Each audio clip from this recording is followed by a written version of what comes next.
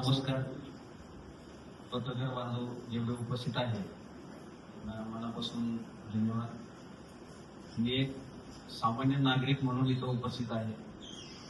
एखाद्या वस्तीमधला एक कार्यकर्ता सामान्य नागरिक म्हणून मला प्रेझेंट करा. विषय माझा खूप महत्वाचा आहे असं माझ्या दृष्टिकोनातून त्या ठिकाणी मला वाटतं. कारण की पुणे महानगरपालिकेच्या निवडणुका नुकत्याच लागू झालेल्या आहेत.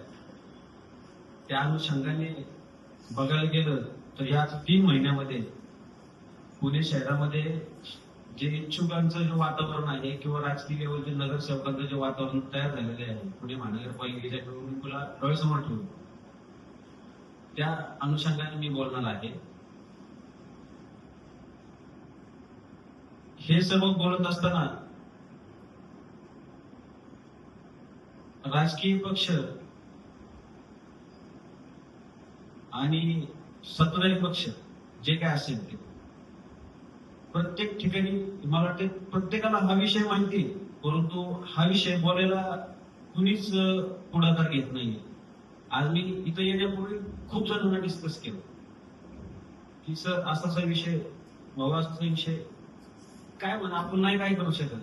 लोकशाही पुढे चालली, पण त्या लोकशाहीला वाचत फोडायला काय ना काय तर आपण उपाययोजना केली पाहिजे, मतदार म्हणून आपण आलं पाहिजे. परंतु कोणाचाही पुढाकार त्या ठिकाणी लागला नाही. तर म्हणलं आपणच काहीतरी केलं पाहिजे. तर महत्वाचा विषय 26 जानेवारी 1950 रोजी आपल्या भारत देशामध्ये लोकशाही लागू झाली. लोकशाही जनतेद्वारे आणि जनतेसाठी असलेले शासन म्हणजे लोकशाही आपण त्या ठिकाणी समजले जाते किंवा आहे. त्याच्यामध्ये निवडणुका हा महत्वाचा प्रश्न आहे. निवडणुका महत्वाचा प्रश्न असताना त्याच्यामध्ये हा जो निवडणूकचा विषय आहे, जो मतदार आहे, नागरिक आहे, नागरिकांचे जे प्रश्न आहे शासन दरबारी प्रशासक दरबारी मांडण्याचं काम आणि मतदारांचा एक प्रतिनिधी म्हणून निवडण्याचं काम, त्याला निवडणूक असं आपण त्या ठिकाणी म्हणतो. पण उमेदवार निवडत असताना उमेदवारांनी प्रचार कशा पद्धतीने केला पाहिजे. उमेदवारांनी प्रचार करत असताना त्याची ध्येय धारणा, समाजाप्रती कोणती उपाययोजना, समाज उपयोगीची कामाची पद्धत, प्रभागाची कामाची पद्धत, प्रभागातील प्रश्न सोडवण्याचं नियोजन, प्रश्न सोडवायची कामं आणि लोकांना सांगण्याचं प्रश्न हे सोडवल्याने समाजोपयोगी हे कामं होतील. ज्या दृष्टिकोनातून भावनिक सामाजिक दृष्टिकोनातून काम केले पाहिजे. जर प्रभागाचाच विचार केला, पुणे महानगरपालिकेच्या प्रभागाचा जर विचार केला तर प्रभागातले रस्ते असेल, ड्रेनेज असेल, आरोग्य सेवा असेल, सामाजिक प्रश्न असेल, लाईटचा प्रश्न असेल, बाकीच्या इतर प्रश्न सोडवून काही आजी माजी नगरसेवक, भाजपचे माजी नगरसेवक, राष्ट्रवादीचे माजी नगरसेवक, इतर राष्ट्रीय पक्षाचे जे नेते मंडळी आहेत, प्रत्येकाने एक ट्रेंड चालवलेला आहे. तो ट्रेंड मोफत सहल, मोफत देवदर्शन, मोफत कपडे वाटप, अशा प्रकारे हा जो ट्रेंड चालवला आहे. हा ट्रेंड चालवत असताना ऍक्च्युली हा ट्रेंड अत्यंत चुकीचा आहे. लोकशाहीमध्ये निवडणुका लढवत असताना हा जो प्रश्न आहे, आता तुम्ही म्हणाल की प्रत्येकाला अधिकार आहे आपापलं नियोजन करण्याचा किंवा काही गोष्टी करण्याचा, परंतु माझा प्रश्न हा आहे की मोफत देवदर्शन घ्या, मोफत सहली घ्या, परंतु त्याच्यामध्ये महत्वाचं पॉइंट टाकलेला गेलेला आहे. त्याच्यामध्ये आहे प्रभाग क्रमांक 36 सहकारनगर पद्मावती या मतदारसंघ, या प्रभागातील महिलांसाठी, नागरिकांसाठीच. आणि त्याच्यामध्ये अट दिलेली आहे फक्त मतदान कार्ड आणि एक फोटो. आता ह्या दृष्टिकोनातून काय समजलं पाहिजे आपण. परंतु माझी तळमळ काय आहे की मोफत देवदर्शनी विकास होणार आहे का? मोफत देवदर्शन, मोफत सहली, मोफत कपडे वाटून आणि हे टार्गेट फक्त दलित वस्त्यांना केले गेलेले आहे. माझी ते झोपडपट्टी असतील माझ्या भागामध्ये म्हणजे प्रभाग क्रमांक 36 असेल, सहकार नगर पद्मावती जो भाग आहे त्याच्यामध्ये बऱ्याच प्रमाणे झोपडपट्टी वस्त्या आहेत, त्याच्यामध्ये हे टार्गेट केलेलं आहे. आता हे टार्गेट कशा स्वरूपात केलेलं आहे? फक्त वस्ती पातळीला एक ऑफिस ओपन केलेलं आहे, एक प्रतिनिधी दिलेला आहे आणि त्याच्यामध्ये फक्त दिलेलं आहे की फक्त मतदानासाठी मतदान कार्ड आवश्यक. तर ही जी गोष्ट आहे ही निदर्शन आणून द्यायची मला. मोफत, आता ते बरेच मोफत देवदर्शनचा तो विषय आहे, परंतु ह्याला जो माझा वंचित घटक आहे, जो माझा समाज आहे, माझा जो मतदार आहे, तो त्याला खूप मोठ्या प्रमाणामध्ये बळी पडलेला दिसत आहे. आता यांनी काय होणार आहे की जो वंचित समाजाला, माझ्या वंचित समाजाला सन्मानाची गरज आहे, विकासाची गरज आहे, शिक्षणाची गरज आहे, त्या समाजाला ही सर्व लोक मिळून मोफतचं आमिष दाखवून लोकशाही धोक्यात आणण्याचा प्रकार चालू आहे. लोकशाही धोक्यात कशी? विकासाच्या माध्यमातून उमेदवारांनी काम केलं पाहिजे, लोकांच्या सेवेसाठी त्यांनी काम केलं पाहिजे, ना की मोफतचं आमिष दाखवून लोकांना हिप्नोटायझेशन चालवलं. पण ह्याच्यावर कोणीच लक्ष द्यायला तयार नाही. हीच गोष्ट मला खूप वाईट वाटते. लकी ड्रॉ निवडणुकीचा प्रश्न आहे का? मोफत सर उमेदवाराचा निवडणुकीचा प्रश्न आहे का? मोफत देवदर्शन हा काय निवडणुकीचा प्रश्न आहे का? पण ह्याच्यामध्ये तुम्ही म्हणाल नेत्यांना प्रत्येकाला अधिकारी आपापल्या पद्धतीने हे करण्याचा, मग हे प्रभाग क्रमांकासाठीच का? प्रभागातील बाहेरचं का? बरं, ऍटलिस्ट भाड्याने जे राहणारा जो वर्ग आहे त्या भाडेकरूंना सुद्धा प्राधान्य नाही या सुविधेमध्ये. भाडेकरू जर गेले बाबा मी याच वस्तीमध्ये राहते, मी याच प्रभागात राहते, मलाही जायचंय, मलाही भाग घ्यायचाय, मलाही पैठणी पाहिजे, मलाही देवदर्शन करायचंय, फुकट आहे. नाही, तुमच्याकडे मतदान कार्ड आहे का? नाही, चला बाहेर. मग हा इंटेन्शन काय आहे? बोलत तयार कोण नाही. बट एवढा निधी आला कुठून? एवढा खर्च केला कोणी? हे सगळं राजकीय लेवलला. सर्वसामान्य उमेदवार ज्याला करण्याची क्षमता आहे, ज्याला विकास करायचा आहे, ज्याला मतदानासाठी लढायचंय, त्याचा काही संबंध नाही, तो कोणी करणार नाही. हा आता सत्तेमधला जो पक्ष आहे, सत्तेमधले जे लोक आहे ते तेवढं काम करतात.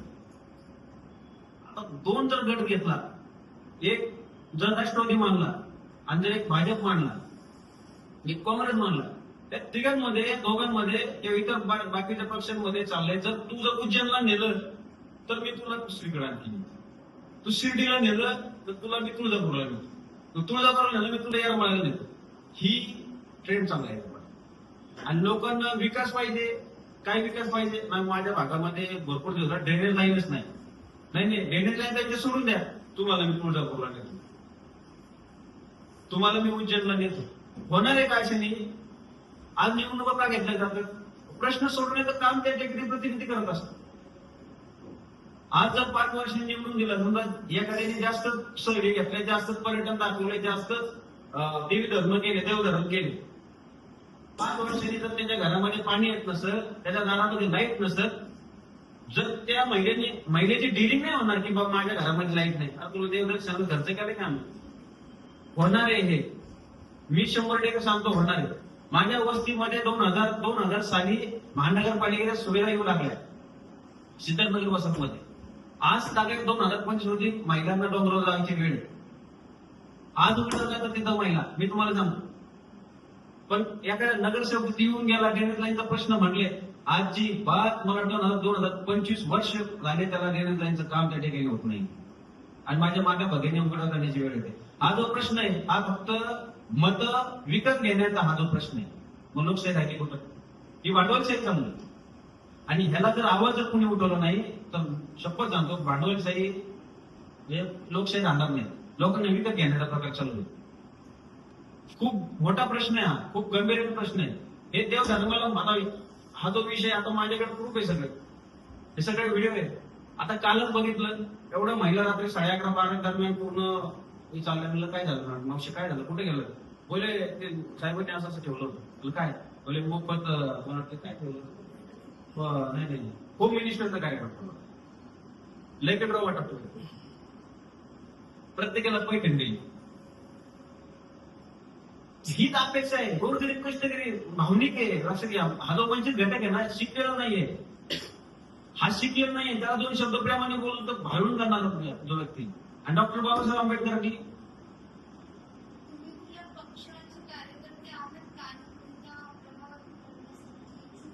नाही नाही, मी एक कामगार आहे. मी सर्व्हिस करणार आहे. सकाळी 7ला जातो, संध्याकाळी घरी येतो. मी कुठल्याही पक्षाचा कार्यकर्ता देखील नाहीये, ना कुठल्या संघटनेचं काम करतो. क्रांती सोशल फाउंडेशनचं मी एक सामाजिक कार्यकर्ता म्हणून मी काम करत आहे. स्वतःची माझी संस्था आहे, फाउंडेशन आहे, क्रांती सोशल फाउंडेशन. कारण मी सुशिक्षित नागरिक असल्या कारणानं तो मला वाईट वाटतं. कारण की हे 1 महिन्यापूर्वी मी असं अरे ते बॅनर लागलाय महिला दादत पण वाईट वाटतं. प्रश्नावर बोललं पाहिजे, विकासावर बोललं पाहिजे. एखाद्या उमेदवाराला नगरसेवकाने बाबा तुमच्या इथलं हा 20 वर्ष झाला तुमचा हा विषय मार्गी लागला नाही, त्या ठिकाणी मी तुमचा मार्गी लावून देतो. कोणाची हिंमत नाही बोलायची. नाही, अजिबात नाही. सर्वसाधारण नागरिक म्हणून मी प्रेझेंट झालेलो आहे. आणि मी इलेक्शनचा राजकारणाशी माझा काही संबंध नाहीये. नाही इथून पुढे जास्त असणार आहे ते इलेक्शन. आणि विषय माझा फक्त प्रभाग क्रमांक 36 सहकार पद्मतीचा नाहीये. मी त्या ठिकाणी जात असताना ते प्रभाग क्रमांक 33 मध्ये तर हेलिकॉप्टर लाईल, त्याच्यामध्ये तर एका ह्याच्यामध्ये कार ठेवून चालवली. जो सहभागी होईल त्याला कार गिफ्ट, आणि नाहीतर आकर्षक बक्षीस तर दिल्याच जाणार. हे काय हे सगळं आहे, बरोबर आहे. पण आता विषय असा आहे की तुम्ही आता सक्रिय तर कुठे नाही, बरोबर. म्हणल्यावर मग तुमचं तर त्याच्यातून म्हणजे लोकांपर्यंत सहभाग कसा होणार. आणि सक्रिय नसताना तुम्ही काय काम करू शकत नाही. हे काय तुम्हाला कुठलं तरी पाठबळ असल्याशिवाय तुम्ही कुठल्या प्रकारे काम करणार आहे. लोकांपर्यंत पोहोचण्यासाठी तुम्हाला काहीतरी कुठे ना कुठेतरी सहभाग घ्यावा लागेल, तरच ते तुम्ही ग्रुपमध्ये येऊ शकता किंवा लोकांसमोर येऊ शकता. तुम्ही असं एकट्या दुट्याने जर काम केलं तर हे कितीपर्यंत तुमचं लोकांपर्यंत पोहोचणार. तुम्ही अगदी बरोबर बोलताय सर. पण विषय काय माहिती का, चला मला म्हटले की म्हणजे मला माहिती प्रेस याच्यानंतर चर्चा होईल. मी वार्ड ऑफिसला पत्र व्यवहार केलेलं आहे. मी तुम्हाला सांगतो सर, मी निवडणूक आयोगाला पत्र पाठवलंय, तक्रार करून कलेक्टरला पाठवलंय, मनपायुक्त असतील, सीबीआय असतील, सरकारनं विषय करायला असेल, अशा बऱ्याच ठिकाणी जे मला वाटतं तिकडे मी सगळ्यांना पत्रव्यवहार केलेला. मी समजून सांगितलंय, मला सगळीकडे सांगितलं बाबा हे आम्ही काय करू, हे तर चुकीचं चाललंय, हे तर कायदा धरून नाहीच आहे. मी येऊन सांगतो वार्ड ऑफिसच्या कर्मचाऱ्यांची अधिकाराची डेअरिंग नाही की तो बॅनर आठवायची. मग तेच आहे डेअरिंग नाही. ज्या ठिकाणी मॉप आहे त्याच्या गोष्टी मांडल्या जातात. तुम्ही कुठल्या तरी संस्थेचं कुठल्या तरी संघटनेचं पाठबळ तुमच्या मागे असेल तरच तुम्ही या गोष्टीतून पुढे जाऊ शकता. तेच मी म्हटलं, आधी आपला भारत देश गुलाममध्ये जगत होता. 1950 ला जेव्हा आपला देश सत्ता झाला, लोकशाही भारतामध्ये लागू झाली, तेव्हा राजा कोणाला घोषित केलं सर? प्रत्येक नागरिकाला राजा घोषित केलं की नाही? परंतु मग हे लोकांना समजणं का समजत नाहीये, त्यासाठी मी तळमळतो. आज जर एखाद्या सगळ्या महिला वर्ग कसं आणि सगळं न शिकलेलं होते, त्यांना काही जाण नाही, शिक्षण माहित नाही, काय नाही. धुणं भांडी करणाऱ्या महिला आहेत, आपलं कर्मचारी सगळं वर्ग, आणि तो याला घोळ करतो. आणि यांनी काय केलं तर तुम्ही बघायला गेलं सर, काही पॅम्पलेटमध्ये फक्त झोपडपट्ट्यांचा वर्णन. मग सर हा कुठंतरी वंचित घटकाला आणखीन वंचित करण्याचा डाव नाही का? आता लोकांपर्यंत किती जण जागृती केली तुम्ही, याला कसं होतंय की तुमचं एकट्याने ऐकून होत नाही. नाही, ते तुमचा मुद्दा बरोबर आहे सर, पण मला मागे मॉप असेल त्यावेळेला तुमची काहीतरी एखादी संघटना चांगलं काम करत असेल त्यावेळेला तुमच्या मागे या गोष्टी होऊ शकतात. पण हे लोकांसमोर आणून दिल्याने होणार नाही. होत नाही का होत नाही? आता तुम्ही उदाहरण दिले की ते पैठणी एवढ्या रात्री घेऊन, आता मला सांगायची इच्छा काय आहे त्याची, त्याच्यावरच जाणार. तुम्ही वळवू शकत नाही. अगदी काय वळवू शकता तुम्ही? नाही वळवू शकत. ह्याच्याकरता काय आणायची की जनजागृती म्हणते असं एकटे दुकट्याने किंवा 2-5 लोकांनी हा. असं होत नसतं. ह्याच्यासाठी ना कुठल्या तरी संघटनेचं तुम्हाला पाठबळ लागतं. तेव्हाच तुम्ही मॉपने ह्या गोष्टी करू शकता, त्यांना शिकवू शकता, पटवू शकता. तुम्ही 4 लोक आता वस्तीमध्ये तुम्ही म्हणता अशिक्षित लोक आहेत, बरोबर आहे, अशिक्षित आहेत. माझा प्रयत्न चालू आहे. ठीक आहे ना, मग तुम्ही त्यांच्यातले जर कधी 10-20 पोरांना जर तुम्ही शिक्षणाचं हे जर पुढे दाखवलं काहीतरी विषय की बाबा मी ही एवढी दत्तक घेतली शिक्षणासाठी आणि त्यांच्यासाठी जर तुम्ही काय केलं तर तुमच्या मागे तुमचं मॉप आपोआप वाढणार नाही. सर हा 10 जणांचा विषय नाहीये. मी सांगतो तुम्हाला हा 10 जणांचा विषय नाहीये. तुम्हाला सांगतो निवडणुकीला उभं राहताय तर विजन घेऊन उभं राहिले पाहिजे. हो. नाही नाही ऐका ना सर, प्रबोधनमध्ये मला वाटतंय 80,000 लाखाचा प्लस संख्या आहे. मी फक्त जर हा प्रभाग जर विचार केला तर ठीक आहे सर. हा विषय फक्त प्रभागाचा नाहीये, प्रभाग क्रमांक 36चा नाहीये. पुणे शहरामध्ये तुम्ही ठिकठिकाणी जर फिरला तर सगळीकडे कॅमेरा हेच लागले. माझा उद्देश काय आहे, बॅनरवर काम आहे का नाही.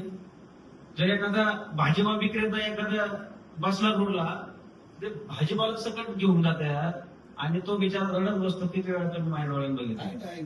ती वास्तव पण हे काय आहे, मग हे गुलामशाही चालले नाही, भांडवलशाही म्हणा ना सगळं. आज जर मला धनगड क्षेत्रीय कार्यालय जर अधिकारी वरिष्ठ म्हणत असेल की आम्ही बाकीचे कर्मचारी घाबरून नसून बॅनर काढले, मी ते काम बोललो ना. आयुक्त साहेबांचं पीएम महाराज काय म्हणतात मला की तुम्ही तुमचं काय नाही, तुम्ही काही संबंध नाही बोले. मतदार जागेत आले पाहिजे, मतदारांना अक्कल पाहिजे. सर पण जनजागृती झाली पाहिजे ना सर. ह्याच्यामध्ये लोकशाही कळली पाहिजे ना. मग लोकशाही कोणत्या अर्थाने तुम्ही टीका करता, लोकशाही कोणत्या अर्थाने राहतो आपण, तो माझं महत्वाचं. माझी तळमळ आहे, लक्षात घ्या. मी आवाज उठवण्याचं माझं काय काम आहे की मी प्रयत्न करतोय, माझ्याकडनं जेवढे प्रयत्न करतात तेवढे मी करण्याचा प्रयत्न करतो. त्याच्यातून मला यश मिळो. आता मला मी फेसबुक लाईव्ह देखील केलं होतं, मला 4 जण आले बोलले काय संबंध होता, काय करतो, काय नाटक करतो. ते माझ्या जीवाला काय झालं तरी चालत नाही, मी करणार नाही. मी बाबासाहेबांनी संघर्ष करून बाबासाहेबांनी संविधान लिहिलं, त्याच्यावर तेच चाललंय. पण त्याचं कुठंतरी उल्लंघन करण्याचं काम हे करतात ते. आणि कायदा सुव्यवस्था बिघडण्याचं काम आहे. म्हणजे काही जण म्हणले आचारसंहिता लागू नाही, तुला काय संबंध त्याचा. आचारसंहिता लागू असलं आपण सर आयपीसी कलम 172 मध्ये बी मध्ये डी आणि सी मध्ये आचारसंहितेची गरज नाहीये. हे डायरेक्टली तर लिहिलंय ना मतदान कार्ड पाहिजे. तुम्हाला कोणी अधिकार दिला मतदान कार्ड पाहिजे, परिपत्र काढले का मतदान कार्डच पाहिजे याला. फक्त मतदान कार्ड आणि एक फोटो आणि माझ्याच प्रभागाचं मला या एरियामधलाच पाहिजे, भाडे करू बी चालणार नाही. मग सर डायरेक्टली इंटेन्शन लगेच समजतं त्यांचं. आणि हा विषय हा एका मतदारसंघापुरता आहे, आपलं प्रभागाचा आहे. दुसरा प्रभागात बी तेच चाललंय. माझ्याकडे फोटो आहे, व्हिडिओ आहे. बरं ठीक आहे, निवडणुका लढवत असताना, प्रचार करत असताना रिक्षा असेल, रॅली करतात. मग ह्या प्रश्नांसाठी रॅली निघावी, ह्या प्रश्नासाठी रॅलीची व्हिडिओ आहे माझ्या. ती रॅली निघावी वार्डामध्ये, अख्ख्या गल्लीबोळामध्ये 50 रिक्षा लावल्या, वरती भोंगे फ्लेक्स, मोफत होम मिनिस्टर, लकी ड्रॉ, ही निघावी.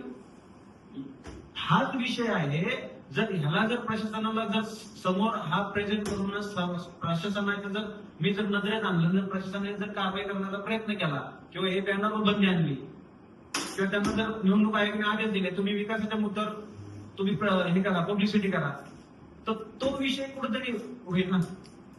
परंतु याला जर कोणीच आवाज होतो, सगळ्या विषय माहिती, तुम्हाला सगळ्यांना विषय माहिती की मोफत सहज चालू आहे, मोफत देवदर्शन चालू आहे, सगळ्यांना माहिती आहे. सगळ्यांना माहिती, कोणाला सगळ्यांची प्रत्येकाला. आणि त्या बॅनरवरच लिहिलेलं आहे उघडपणे मतदान कार्ड आवश्यक. मग बोलायला कोणी का नाही येते, तुम्हाला सगळ्यांना माहिती. आणि सगळ्यातून मला एकच सांगते की हे चाललंय चुकीचं झालंय. माझं फक्त एवढंच सर माझा प्रश्न आहे, तुमच्या माध्यमातून मला फक्त तुमच्या सहकार्याची अपेक्षा आहे. मला माहिती बऱ्यापैकी मला सहकार्य कोणी करणार नाही, कारण याच्यामध्ये तथ्य नाही असं सगळ्यांना वाटतं. परंतु जर गांभीर्याने जर विचार केला सर माझी लोकशाही धोक्यात. बाबासाहेब आंबेडकरांचा जो संघर्ष आहे 100% तो संघर्ष 100